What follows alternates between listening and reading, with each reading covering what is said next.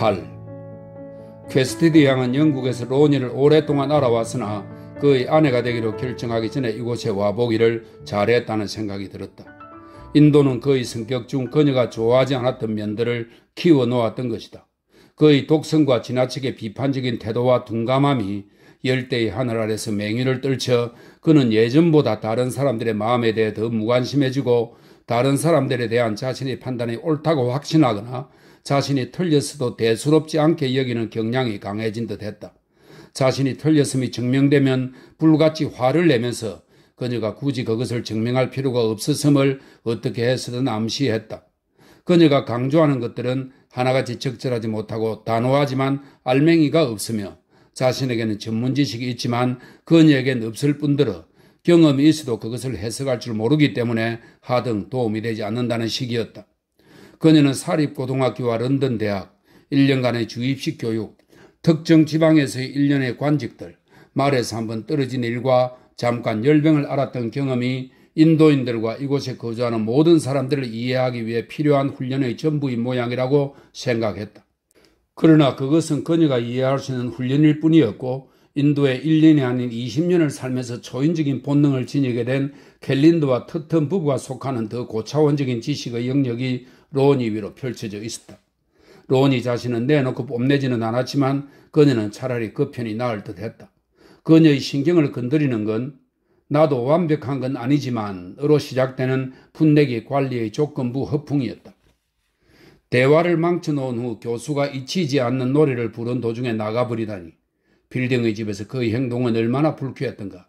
아델라는 마차를 타고 가면서 견딜 수 없을 정도로 화가 치밀었으나 그 상당 부분이 자신을 향한 것이라고는 미처 깨닫지 못하고 있었다.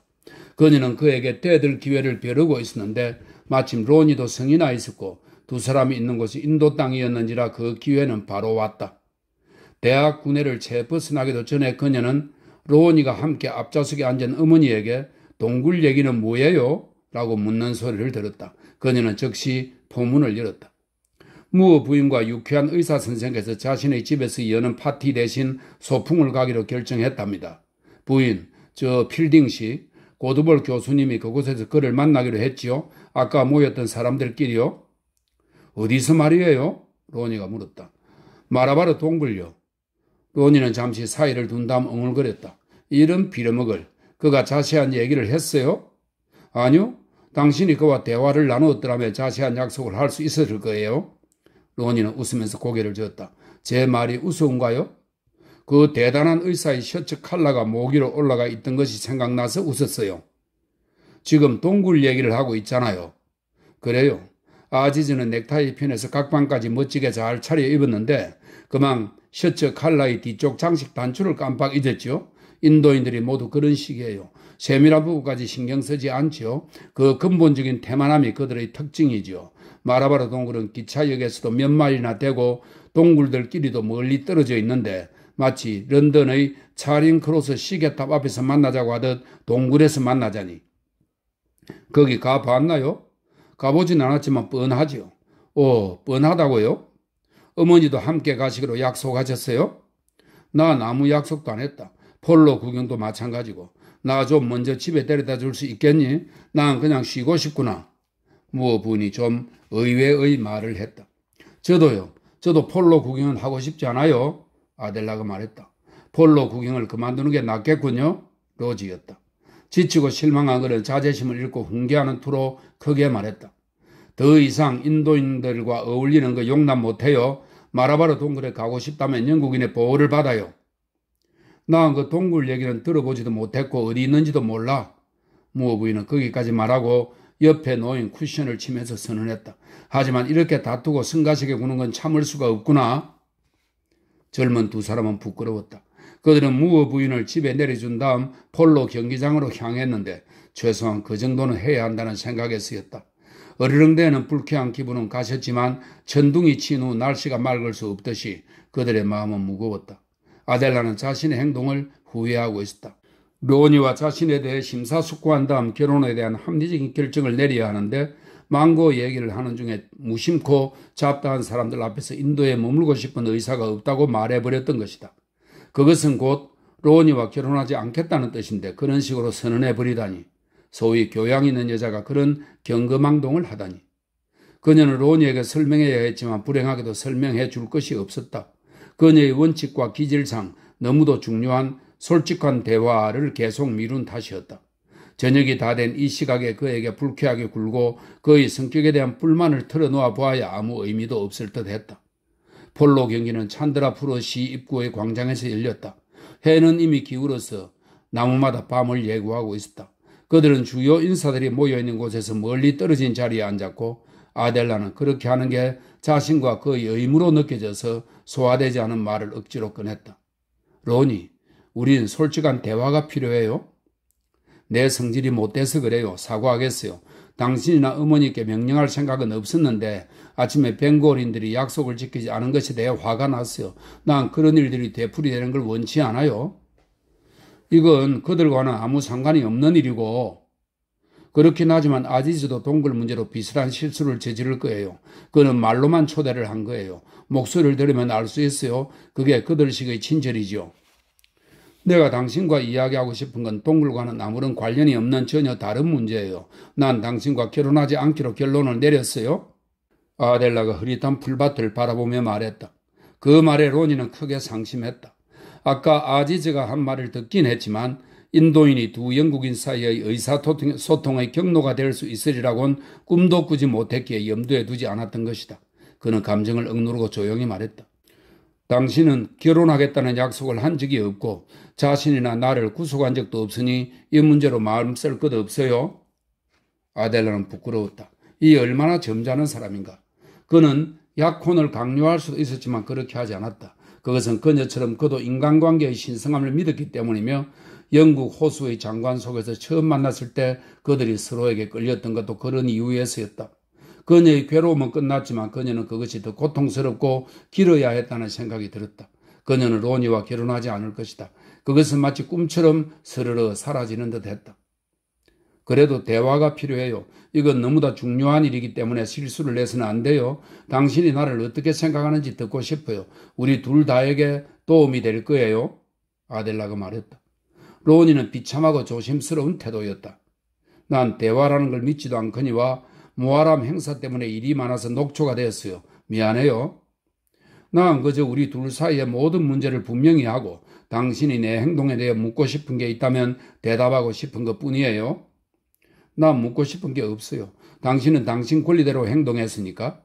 이곳에 와서 내가 일하는 모습을 보기로 한 건 아주 잘한 일이었고 이 문제에 대해 더 이상 왈가왈부해봐야 소용없어요. 공연이 화만 날 뿐이지. 그는 마음의 상처를 받은 상태였으며 그녀를 설득하여 마음을 돌려놓기에 너무 자존심이 강했다. 그러나 자신의 동포에게는 관대한 그였기에 그녀의 행동이 잘못되었다고는 여기지 않았다. 그럼 다 끝난 것 같네요?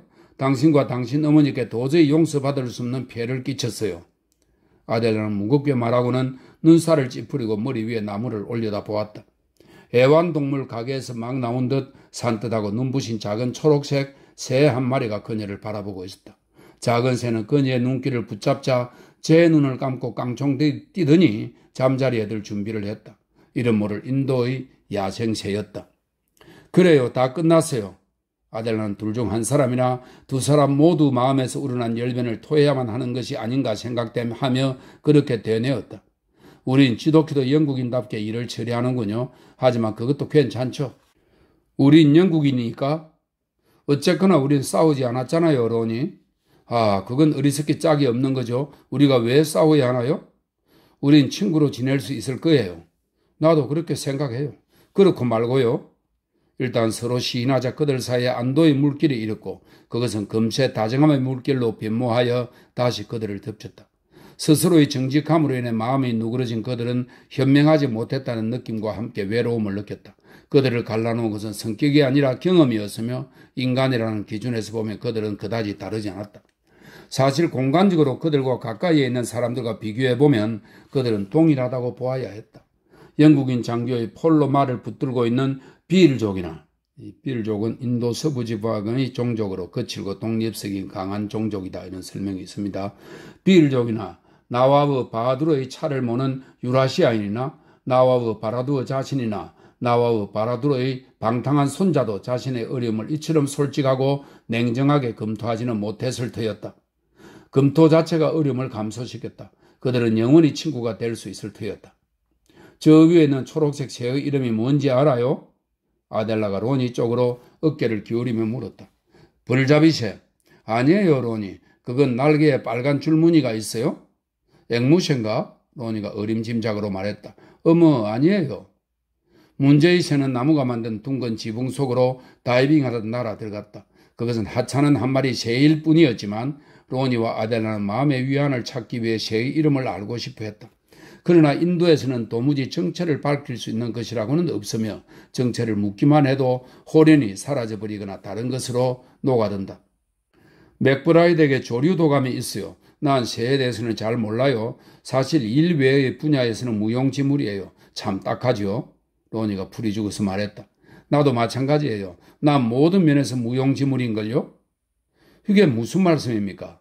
나와우 바두르가 큰 소리로 외치는 바람에 두 사람은 깜짝 놀랐다. 그런 말도 안 되는 말씀이 어디 있습니까? 영국 숙녀께서 무용지물이라니요? 아니, 절대 아니죠. 그러면서 그는 미움을 사지 않는 선에서 상냥하게 웃었다. 안녕하십니까, 나와우 바두르. 또 폴로 구경을 오셨나요? 로니가 열이 없이 말했다. 예, 그렇습니다, 예. 안녕하세요. 아델라도 기운을 되찾고 인사했다. 그녀는 손을 내밀었다. 노 신사는 그녀의 자유분방한 태도를 보고 이곳에 온 지 얼마 안 되었다는 걸 알았지만 개의치 않았다. 여자들이 얼굴을 내놓고 다니는 것 자체만으로도 그에게는 너무도 불가사의한 일이어서 그는 자신의 잣대가 아닌 영국 남자들의 잣대로 그들을 평가했다. 설사 그들이 부도덕하다 한들 그건 그의 문제가 아니었다.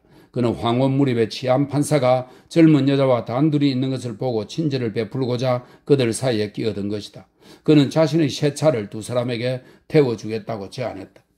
마침 아지즈와 고드볼에게 무뚝뚝하게 굴었던 것을 부끄럽게 여기고 있던 로니는 자신도 존중받을 자격이 있는 인도인들은 정중히 대한다는 것을 보여줄 기회라고 생각했다. 그래서 아까 새에 대해 이야기할 때 보였던 슬픔과 다정함이 담긴 태도로 아델라에게 물었다. 30분쯤 드라이브를 즐기는 게 어떻겠어요? 빨리 집으로 가야 하지 않을까요? 왜요? 로니가 빤히 보면서 물었다. 당신 어머니께 앞으로의 계획을 말씀드려야 될 것 같아서요. 그건 당신 좋을 대로 해요. 하지만 서두를 필요는 없잖아요. 안 그래요? 그럼 먼저 드라이브를 좀 한 다음에 댁으로 모시다 드리지요. 노인은 그렇게 외친 뒤 서둘러 차로 갔다. 그는 내가 보여줄 수 없는 인도의 모습을 보여줄 거예요. 진짜 충성스러운 사람이죠. 당신도 기분 전환을 하고 싶을 거예요. 아델라는 그를 곤란하게 하고 싶지 않아서 그러겠다고 했지만 사실 인도를 보고 싶은 욕구가 갑자기 줄어든 상태였다. 그 욕구에는 인위적인 요소가 있었던 것이다. 어떤 식으로 좌석을 정해 앉을 것인가? 멋진 손자는 자리가 없어서 남아야 했고 나와부 바두르는 영국 여자 옆에 앉을 생각이 없었기에 앞자리에 탔다. 나이가 많이 들긴 했지만 운전을 배우고 있답니다. 사람은 노력만 하면 무엇이든 배울 수 있지요. 노인은 그렇게 말한 다음 장차 닥칠 곤란을 예견하고 덧붙였다. 진짜 운전대를 잡는 건 아니에요. 직접 해보기 전에 자동차의 모든 작동 원리를 알아두기 위해 기사 옆에 앉아서 이것저것 묻고 있지요. 그래야 클럽에서 열렸던 즐거운 파티 때 우리 인도인이 범했던 그런 어이없는 실수를 방지할 수 있죠.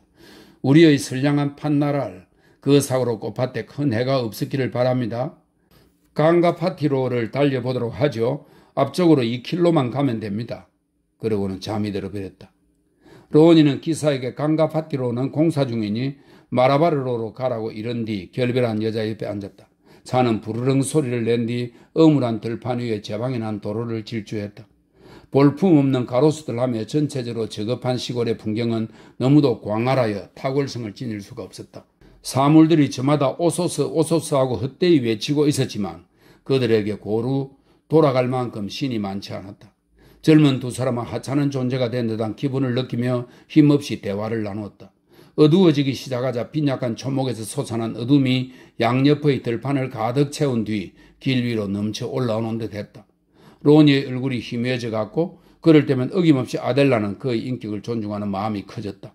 차가 덜컹거리는 바람에 두 사람의 손이 닿자 동물의 왕국에서 흔히 일어나는 짜릿한 전율이 흐르면서 그들의 문제는 사랑 싸움에 지나지 않았음을 알려주었다. 두 사람 다 자존심이 강해서 손을 더 밀착하지는 않았지만 그렇다고 치우치도 않았으며 개똥벌레 불빛처럼 약하고 일시적인 불완전한 일체감이 엄습했다. 그것은 이내 사라질 것이고 어쩌면 다시 나타날지도 모르지만 지속되는 건 오로지 어둠뿐이었다. 그리고 그들을 둘러싼 절대적인 것처럼 보이는 어둠도 실상은 지구 가장자리에서 새어 들어오는 낮의 빛과 별빛이 섞인 불완전한 것이었다. 그들은 서로의 손을 꽉 쥐었다. 차가 무언가에 쾅 부딪히더니 두 바퀴가 허공으로 들리면서 차체가 도로에서 튕겨져 나갔고 기사가 급 브레이크를 밟았지만 가로수를 들이받은 후에 정지했다. 경미한 사고였다. 다친 사람은 없었다. 나와브 바하두르가 잠에서 깼다. 그는 아랍어로 소리를 질러대며 특수임을 난폭하게 잡아당겼다. 피해가 어느 정도인가? 정신을 차리자마자 상황 수습에 나선 로니가 물었다. 쉽게 당황하는 유라시아인은 애써 자신의 목소리를 되찾고는 언어으로 보나 영국인처럼 대답했다. 5분만 시간을 주십시오. 어디라도 모셔다 드리겠습니다. 놀랐어요, 아델라? 로니가 아델라의 손을 놓으며 물었다. 아니요, 전혀. 놀라지 않았다는 건 말도 안 됩니다. 나와브 바하두르가 무리하게 소리쳤다. 이제 다 끝난 일이니 한탄해봐야 소용없어요. 나무를 들이받아서 그나마 다행이에요. 로니가 차에서 내리며 말했다. 끝났다고요? 아, 그렇지요. 위험은 넘겼지요. 담배나 태웁시다. 하고 싶은 걸 합시다. 오, 그래요. 즐거움을 찾읍시다. 오, 자비로운 신이시여. 이어지는 말은 다시 아랍어가 되었다. 다리 때문이 아니에요. 차가 미끄러진 거예요. 미끄러진 게 아니에요. 동물과 부딪힌 거예요. 사고의 원인을 목격했으며 다른 사람들도 모두 보았다고 생각한 아델라가 말했다. 노인이 우스꽝스러울 만큼 겁에 질려 외쳤다. 동물이라고요? 오른쪽에서 커다란 동물이 튀어나와 차에 부딪혔어요. 정말 아델라 말이 맞아요. 페인트가 벗겨졌어요. 로니가 탄성을 내질렀다. 정말 그 말씀이 맞아요. 유라시아인도 따라서 외쳤다. 문의 경첩 바로 옆이 움푹 들어가 있었고 문이 잘 열리지 않았다. 물론 맞지요. 털이 무성한 등을 똑똑히 본걸요. 그런데 아델라 무슨 동물이었죠? 난 이곳의 새들처럼 동물들도 잘 몰라요. 염소라고 하기엔 너무 컸어요. 그래요. 염소라고 하기엔 너무 크고 노인이 말했다. 뭔지 알아봅시다. 발자국이 있는지 찾아봅시다. 론이었다. 그래요. 이 손전등을 빌려드리지요. 의기투합한 두 영국인은 기쁜 마음으로 어둠 속에서 오던 길을 더듬어 내려갔다. 젊음과 가정교육 덕에 사고를 당해도 침착할 수 있었던 그들은 뒤틀린 바퀴 자국을 따라 사고의 원인을 추적해갔다. 다리를 지나자마자 바로 사고가 일어난 것으로 보아 그 동물은 물에서 올라온 듯 했다. 마른 목골 모양의 띠들로 이루어진 바퀴 자국이 똑바로 이어지다가 갑자기 엉망이 되었다. 외부의 힘이 와서 부딪힌 건 분명했지만 워낙 통행량이 많은 도로라 발자국들이 뒤엉켜 있었고 손전등이 너무 밝은 빛과 어두운 그림자를 만들어서 발자국 모양을 제대로 식별하기도 어려웠다. 게다가 흥분한 아델라가 무릎을 꿇고 치맛자락으로 쓸고 다녀서 밭차에 부딪힌 게 바로 그녀인 것처럼 흔적이 남았다. 그 사고는 두 사람에게 커다란 안도가 되었다. 그들은 실패로 끝난 관계에 대해 잊은 채 모험에 나선 기분으로 흙먼지 속을 헤매고 다녔다. 제 생각에 물소였던 것 같아요. 아델라가 멀찌감치 서 있는 차 주인에게 외쳤다. 그거예요. 하이에나일 수도 있고요. 로니는 두 번째 추측에 찬성했다. 물가에서 어슬렁거리던 하이에나 떼가 자동차 전조등 불빛에 홀려 올라온 것일 수도 있었다. 훌륭해요, 하이에나. 노인은 어둠 속에서 성난 몸짓을 해 보이며 빈정대는 투로 불렀다. 해리스? 잠시만요. 10분이면 됩니다. 하이에나라는군. 걱정 말게, 해리스. 그가 심각한 충돌 사고에서 우리를 구한 거예요. 해리스 잘했어. 로니가 끼어들어 기사를 두둔했다. 하지만 해리스가 내 말대로 강가바티에 갔다면 이런 사고는 없었을 거예요. 그건 제 잘못입니다. 이쪽 길이 더 나으니까 이리로 오자고 했거든요. 레슬리치가 산까지 길을 잘 닦아놨어요. 아하, 이제야 이해가 가는군요. 노인은 침착함을 되찾는다는 모습으로 사고에 대해 천천히 정중히 사과했다. 천만에요. 로니는 그렇게 웅얼거렸으나 노인은 당연히 사과를 해야 했고 좀 더 빨리 했어야 옳은 일이었다. 영국인들이 위기 상황에서 매우 침착하다고 해서 사과를 대수롭지 않은 일로 여긴다고 생각해서는 안 된다. 나와브 바하두르의 행동은 그리 훌륭했다고는 볼 수 없었다. 그때 반대편에서 대형차 한 대가 달려왔다. 로니는 몇 발자국 길을 내려가서 위험 있는 목소리와 몸짓으로 차를 세웠다. 자동차 보니시의 가로로 무드쿨주라고 씌어 있었다. 몹시도 쾌활하고 친절한 대릭량이 타고 있었다. 히슬롭시, 퀘스티디 양, 무슨 일로 무고한 여자를 불러 세우시나요? 차가 고장이 났어요. 저런 고약한 일이 하이에나와 부딪혔어요. 끔찍해라. 우리 좀 태워주시겠어요? 그럼요. 나도 태워주세요. 나와브 바두르가 말했다. 아, 저는 어쩌고요? 해리스가 외쳤다. 아니, 왜들 이래요? 이건 버스가 아니라고요. 풍금과 개 2마리까지 타고 있어요. 한 사람이 앞좌석에서 발바리를 안겠다면 3사람은 태울 수 있어요. 더 이상은 안 돼요. 대릭양이 단호하게 말했다. 내가 앞에 앉지요. 나와브 바두르였다. 그럼 타세요. 누구신지는 모르겠지만. 안 돼요. 제 저녁 식사는 어쩌고요? 밤새 여기 혼자 있을 수는 없어요. 기사가 유럽인처럼 보이고 느껴지도록 애쓰면서 적극적으로 끼어들었다. 그는 컴컴해졌는데도 아직까지 토피를 쓰고 있었고, 이 토피는 헬멧처럼 생긴 모자를 말합니다. 토피를 쓰고 있었고, 지배종족의 혈통이 기이한 것이라고는 부실한 치아 정도가 고작인 그의 얼굴이 토피 밑에서 처량하게 응시하며 이렇게 말하는 듯 했다.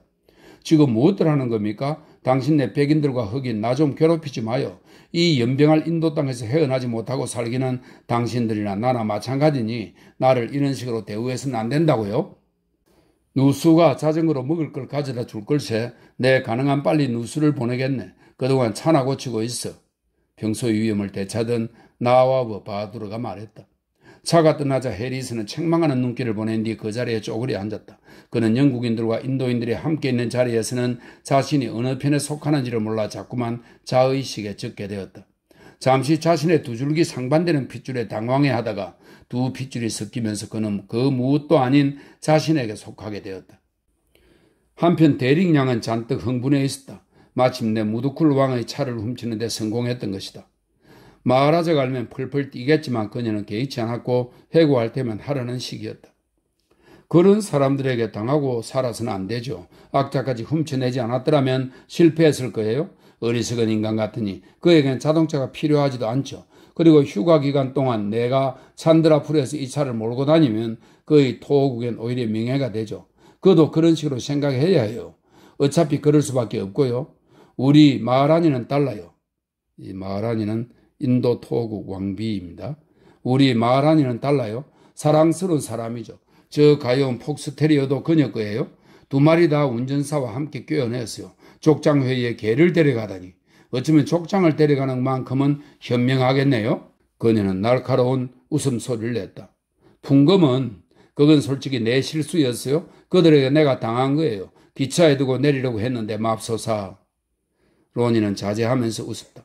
그는 영국인이 토호국에서 일하는 걸 달갑게 여기지 않았다. 그곳에서 어느 정도 영향력을 행사할 수는 있겠지만 위신이 깎이는 일이기 때문이었다. 자유직업인의 익살스러운 승리들은 행정관에는 하등 도움이 되지 않으므로 그는 대릭야에게 더 오래 있게 되면 인도인들이 잘 써먹는 수로 그들을 속여먹을 수도 있겠다고 말했다.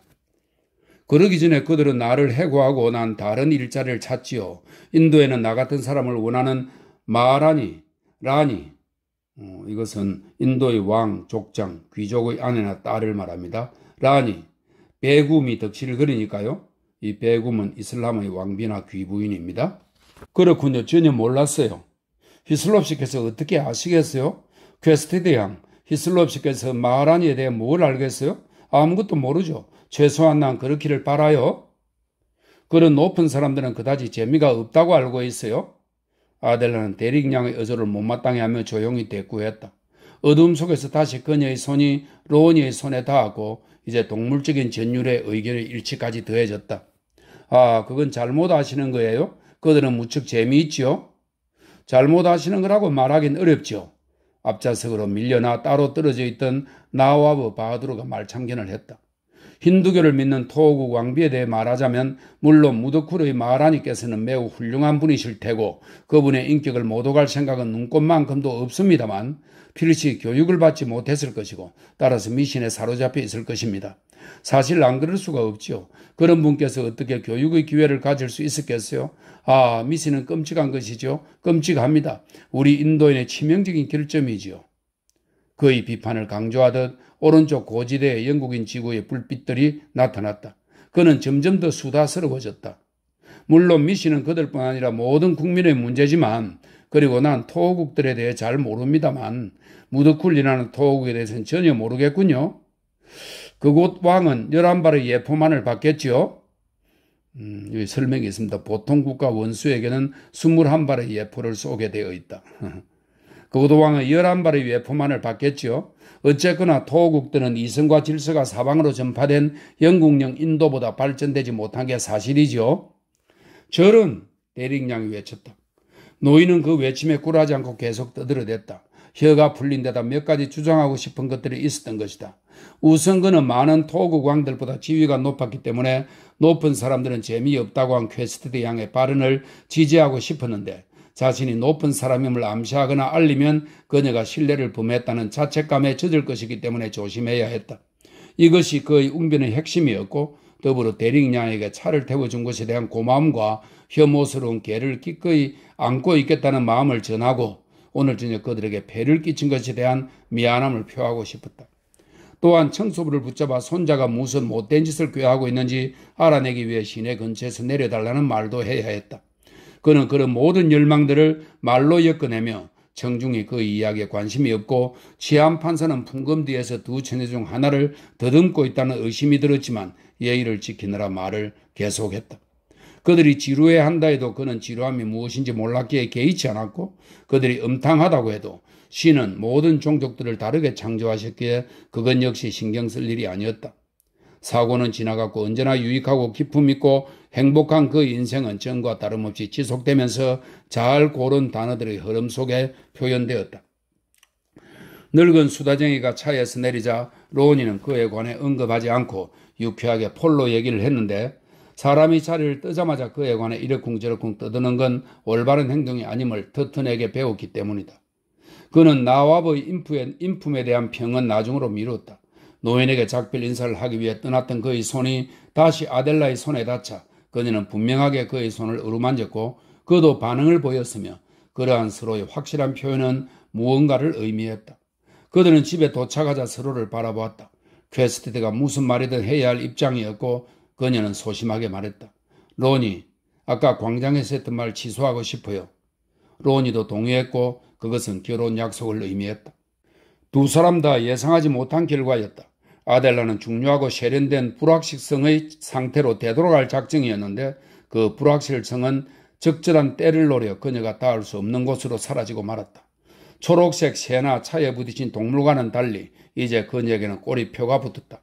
그녀는 꼬리표가 붙는 걸 싫어했기에 다시금 수치심에 젖었고 이 순간 두 사람 사이에는 마땅히 극적이고 긴 장면이 펼쳐져야 한다고 생각했다. 로니는 괴로움이 사라진 대신 기쁨이 찾아왔으며 놀란 건 사실이지만 달리 할 말도 없었다. 사실 무슨 할 말이 있겠는가? 결혼할 것인지 말 것인지가 문제였고 두 사람은 긍정적인 결론에 도달했는데 말이다. 들어가서 어머니께 모두 말씀드립시다. 날벌레들이 집 안으로 들어오지 못하도록 달아놓은 아연 방충문을 열며 로니가 말했다. 그 소리에 어머니가 잠에서 깼다. 무어 부인은 이곳에서 관심 밖에 있는 렐프와 스텔라의 꿈을 꾸고 있었던 참이라 처음에는 자신에게 요구되는 것이 무엇인지 깨닫지 못했다. 그녀 역시 섣불리 결정을 내리기보다는 오랫동안 신중하게 생각하는 것에 익숙해 있던 터라 두 사람의 발표에 깜짝 놀랐다. 결혼 발표가 끝나자 로니는 정중하고 솔직하게 말했다. 어머니 그리고 아델라, 인도를 보고 싶다면 보세요. 빌딩시 집에서는 제가 우스꽝스러운 꼴을 보였지만 이젠 달라졌어요. 그땐 자신에 대한 확신이 없었어요. 이곳에서의 내 임무는 끝난 거야. 이제 인도를 보고 싶지 않아. 돌아갈 때가 됐어. 무어 부인은 그렇게 생각했다. 그녀는 행복한 결혼이 의미하는 모든 것과 자신의 행복했던 결혼 생활을 상기했다. 로니도 그 결혼의 산물이었다. 아델라의 부모도 행복한 결혼 생활을 누렸을 것이며 젊은 세대가 그 전통을 이어가는 모습을 보는 건 기쁜 일이었다. 전통은 계속 이어지리라. 교육이 확대되고 이상이 높아지고 덕성이 견고해지면서 그런 행복한 결합은 더 늘어나리라. 그러나 그녀는 대학 구경을 한 탓에 발이 아프고 피곤했다. 빌딩은 너무 빨리 멀리까지 걸어갔고 아들과 아델라는 마차에서 다투어 서로 헤어지는 게 아닌가 걱정했던 것이다. 이제 모두 잘 되었지만 그녀는 결혼에 대해서나 다른 문제에 대해서나 열성을 다해 이야기할 수 없었다. 로니 문제는 해결되었으니 이제 집으로 돌아가 다른 자식들을 물론 본인이 원한다면 그 자식들을 도와주어야 했다. 자신은 이미 결혼할 수 있는 나이가 지났으니 그녀의 역할은 다른 사람들을 돕고 그 대가로 인정이 많다는 평을 듣는 것이다. 노부인들은 그 이상을 기대해서는 안 되었다. 그들은 식구끼리만 저녁을 먹었다. 미래에 대한 즐겁고 애정어린 이야기들이 오갔다. 그리고 현재에 대해 이야기했는데 로니는 자신에게 그날 일어난 일들을 설명했다. 여자들은 즐기거나 생각만 한 반면 그는 일을 했기 때문에 그의 하루는 여자들의 하루와 달랐다. 무아람이 가까워져서 찬드라푸르의 이슬람 교도는 여느 해처럼 행렬했을 커다란 종이 탑들을 만들고 있었는데 문제는 그 탑들이 어떤 보리수 나무의 가지에 걸려 그 밑으로 지나갈 수가 없다는 것이었다. 그 다음에 벌어질 일들은 뻔했다. 탑이 나뭇가지에 걸리면 이슬람 교인이 나무에 올라가 가지를 잘라낼 것이고 힌두 교인들이 들고 일어나 종교 폭동으로 번질 것이며 만약의 사태에 대비해 군대까지 출동될 터였다. 터턴의 후원으로 대표단과 조정위원회가 만들어졌고 찬드라푸르의 모든 일상적인 업무들이 마비되었다. 행렬이 다른 길로 가는 안과 탑들을 작게 만드는 안이 나왔는데 이슬람교도는 전자를, 힌두교도는 후자를 고집했다. 징시관은 처음에는 힌두교도 편이었다가 그들이 일부러 나뭇가지를 아래로 늘어지게 만들었다는 의심을 품게 되었다. 힌두 교인들은 자연적으로 늘어진 것이라고 주장했다. 청량, 계획, 공식적인 현장 답사. 그러나 로니는 그런 소동이 싫지는 않았는데 인도 땅에 영국인이 와 있어야 함을 증명했기 때문이었다. 영국인의 중재가 없으면 분명 유혈 사태로 번지리라. 그의 음성은 다시금 자기 만족에 젖어들었다. 그는 인도인들에게 친절하기 위해서가 아니라 치안 유지를 위해 이 땅에 온 것이며 아델라도 그의 아내가 되기로 약속했으니 그 점을 이해해야만 했다. 아까 차를 태워준 노 신사께서는 어떻게 생각한대요? 아델라가 물었다. 그녀의 무심한 말투는 로니가 바람하지 않던 것이다. 그 노신사는 공적인 문제들에 대해 늘 협조적이고 건전한 태도를 보이고 있죠. 당신은 그에게서 허식에 찬 인도인을 본 거예요. 정말 그런가요? 유감스럽지만 그래요. 대단하지 않아요? 가장 훌륭한 인도인들조차 그렇다니. 모두 마찬가지예요. 모두 셔츠 칼라 뒤쪽 단추를 잊어버린 사람들이죠. 오늘 바타차리아 부부, 아지저, 노신사 이렇게 세 부류의 인도인들을 상대했는데 그들 모두 당신을 실망시켰다는 건 우연의 일치가 아니죠. 난 아지즈를 좋아해. 그는 나의 진실한 친구야. 무어 부인이 끼어들었다. 동물이 차에 부딪혔을 때 나와버는 이성을 잃고 불쌍한 운전사를 버려두고 억지로 대릭량의 차에 탔어요. 뭐 대단한 죄는 아니지요. 대단한 죄는 아니에요. 하지만 백인이라면 절대 그렇게 안 하지요. 무슨 동물? 마라바르 도로에서 작은 사고가 있었거든요. 아델라는 하이에나라고 생각하고 있어요. 사고? 무어 부인이 외쳤다. 아무것도 아니에요. 다친 사람도 없는걸요. 우리의 훌륭하신 주인께서는 꿈을 꾸다가 놀랍게 해서는 속으로는 우리 잘못이라고 여기면서도 연방 그래요 하더군요. 무어 부인은 등골이 오싹했다. 유령이야. 그러나 그 말은 그녀 입에서 겨우 새어 나왔거니와 로니와 아델라는 자신들의 생각에 빠져 대꾸하지도 않았다. 지지를 받지 못한 유령에 대한 생각은 사라졌거나 아니면 여간에서는 드러나지 않는 마음속으로 도로 흡수되었다. 그래요. 죄라고 할 수는 없지요. 하지만 그게 바로 원주민의 특징이고 그를 우리 클럽에 받아주지 않는 이유들 가운데 하나지요. 대릭양 같은 훌륭한 사람이 어떻게 원주민 밑에서 일할 수 있는지 이해가 안 돼요. 이제 전 일이나 해야겠어요. 크리슈나. 크리슈나는 로니의 사무실에서 서류들을 가져오기로 되어 있는 하인이었다. 크리슈나가 나타나지 않자 한바탕 소동이 벌어졌다. 로니는 경로에서 소리를 질러댔는데 노련한 관찰자만이 사실 그가 화가 난 게 아니고 서류도 그렇게까지 시급하게 필요한 것은 아니며 그런 소동을 일으키는 것도 단지 관습 때문임을 간파할 수 있었다. 상황을 이해하는 하인들은 등불을 들고 제자리에서 맴돌고 있었다. 대지의 크리슈나, 별들의 크리슈나가 응답했고 영국인은 마침내 그 메아리에 화가 풀려 그곳에 없는 하인에게 파란나는 인도 화폐로 루피의 16분의 1이네요. 적은 단위네요. 하인에게 파란나의 벌금을 물린 뒤 옆방으로 가서 밀린 일들을 처리하기 시작했다. 아델라, 미래의 시어머니와 페이션스나 하지 않겠어요? 이 페이션스는 혼자 하는 카드놀이의 일종입니다.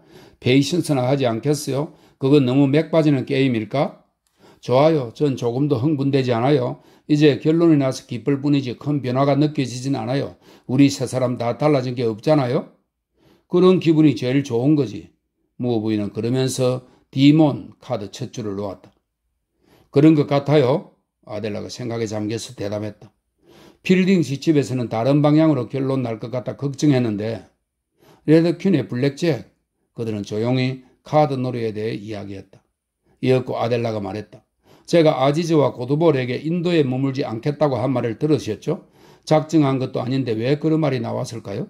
그동안 제가 솔직하지 못했거나 정신이 딴 데가 있었던 것 같아요. 아무래도 제가 모든 면에서 일의 경중을 제대로 판단하지 못하고 있었던 것 같아요. 부인께서는 저에게 너무도 잘해주셨고 배를 타고 오면서 부인께 잘해드려야겠다고 생각했는데 어쩌다 보니 그렇게 하지 못했어요. 무어 부인, 완벽하게 정직할 수 없다면 그런 삶이 무슨 소용이 있을까요? 무어 부인은 계속해서 카드를 놓았다. 아델라의 말은 모호했지만 그녀는 그런 말을 잉태한 불안감에 대해 이해하고 있었다. 그녀 자신도 두 번의 약혼 기간에 그런 막연한 회의와 의구심을 경험했기 때문이었다. 하지만 결국 그 두 번 다 잘 풀렸고 아델라의 경우에도 그렇게 될 터였다.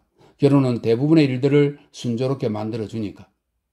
나 같으면 걱정하지 않겠어. 어느 정도는 이상한 환경 탓도 있으니까. 아델라와 나는 중요한 건 젖혀놓고 사소한 일들에만 신경을 쓰고 있어요. 사람들 말대로 우린 여기 온 지 얼마 안 되었으니까. 그러니까 제 문제가 인도와 관련이 있다는 말씀이신가요? 인도는 무어 부인은 말을 꺼내다가 말았다. 아까는 왜 그걸 유령이라 하셨어요? 뭘? 차에 부딪힌 동물이요. 지나가는 말로 유령이라고 하셨잖아요. 그냥 무심코 나온 소리였을 거예요. 사실 그건 하이에나일 가능성이 커요. 그럴 거예요. 그들은 페이션스 게임을 계속했다. 한편 나와우 바하두르는 거의 사용하지도 않고 가재도구도 갖춰놓지 않는 찬드라 프로 시내의 집 뒤에서 자신의 차를 기다리고 있었다. 그는 지쳐있는 인도인들이 적석에서 만들곤 하는 작은 모임의 중심이 되어 앉아있었다. 터번들이 어둠의 자연스러운 산물이기라도 한 것처럼 가끔 새 터번이 거품이 일듯 앞으로 나와 그를 향해 기울었다가 뒤로 물러났다. 그는 골똘히 생각에 잠겨 종교적인 주제에 어울리는 말실을 썼다. 9년 전 처음 자동차를 장만했을 때 술 취한 사람을 치어 죽인 일이 있었는데 그 후로 그 남자가 그를 데려가려고 기다리고 있었다. 나와브 바하두르는 신과 법 앞에 떳떳했고 사고 보상금도 2배나 쳐서 주었지만 그 남자는 죽은 장소 근처에서 말로 표현할 수 없는 모습을 하고 그를 기다렸다. 영국인들이나 운전기사는 그런 사실을 몰랐으며 그것은 말보다는 피로 전할 수 있는 그들 민족만의 비밀이었다. 그는 공포에 젖어 자신은 죄가 없지만 명예로운 두 손님의 생명이 위태롭게 되었던 이야기를 하고 있었다. 그는 같은 말을 되풀이했다. 나야 죽어도 상관없지. 언젠가는 당할 일이니까. 하지만 나를 신뢰한 사람들이, 듣고 있던 사람들은 몸소리를 치며 신의 자비를 떠올렸다. 아지즈만이 초연했는데 유령을 무시한 덕에 무어 부인을 알게 되었기 때문이었다. 그는 나와브의 손자에게, 이 설명입니다. 아지즈는 그 여자 같은 청년을 어쩌다 한 번씩 만날 수 있었고 그에게 호감은 있었지만 돌아서면 잊게 되었다. 설명이고, 그는 나와브의 손자에게 속삭였다. 이복의 누레딘, 이복의 친구, 우리 이슬람 교도는 저런 미신에서 벗어나야지. 안 그러면 인도는 결코 발전할 수 없다네. 마라바르 도로에 나타난 사나운 돼지에 대해 언제까지 듣고 있어야 하는 건지. 누레딘은 시선을 떨어뜨렸고 아지즈는 말을 이었다. 자네 할아버지께서는 우리와 다른 세대에 속하시고 자네도 알다시피 난 저 어른을 존경하고 사랑한다네. 따라서 저 어른을 비난할 생각은 없네. 하지만 우리는 젊기 때문에 경우가 다르지. 자네의 약속을 받고 싶네. 누레딘, 자네 듣고 있나? 사악한 명령들을 믿지 말게. 그리고 내 건강이 아주 안 좋아지고 있어서 하는 말이네만 내가 죽으면 나의 새 아이들이 저런 미신을 믿지 않도록 키워주게. 누레딘은 빙긋이 웃었다. 그의 어여쁜 입술에 적절한 대답이 떠올랐지만 미처 그것을 내놓기도 전에 차가 도착해서 그는 할아버지와 함께 떠나야 했다. 영국인 거주지의 페이션스 게임은 이보다 오래 지속되었다. 무어 부인은 계속해서 블랙잭 하나의 레드 10을 웅얼거렸고 아델라는 그녀를 도왔으며 복잡한 게임 중간중간 하이에나와 약혼과 무드쿨의 마하라니와 바타차리아 부부와 달에서 보면 인도도 그렇게 보이겠지만 그것들과 멀어지면서 거칠고 건조한 표면이 분명한 윤곽을 갖추게 된 오늘 하루에 대해 설명했다. 이었고 그들도 잠자리에 들었지만 그들과 감정을 나눌 수도 없을 뿐만 아니라 그들이 존재 자체를 무시하는 사람들이 이미 다른 곳에서 깨어난 뒤였다. 고요하지도 완벽하게 어둡지도 않은 밤이 하늘에서 수직으로 뚝 떨어졌다가 땅에 한 점의 상쾌함도 남기지 않고 옹골차게 튀어 올라간 듯한 두세 차례의 질풍으로 다른 밤들과 구분되는 그 밤이 서서히 지나갔다. 무더운 계절이 다가오고 있었다.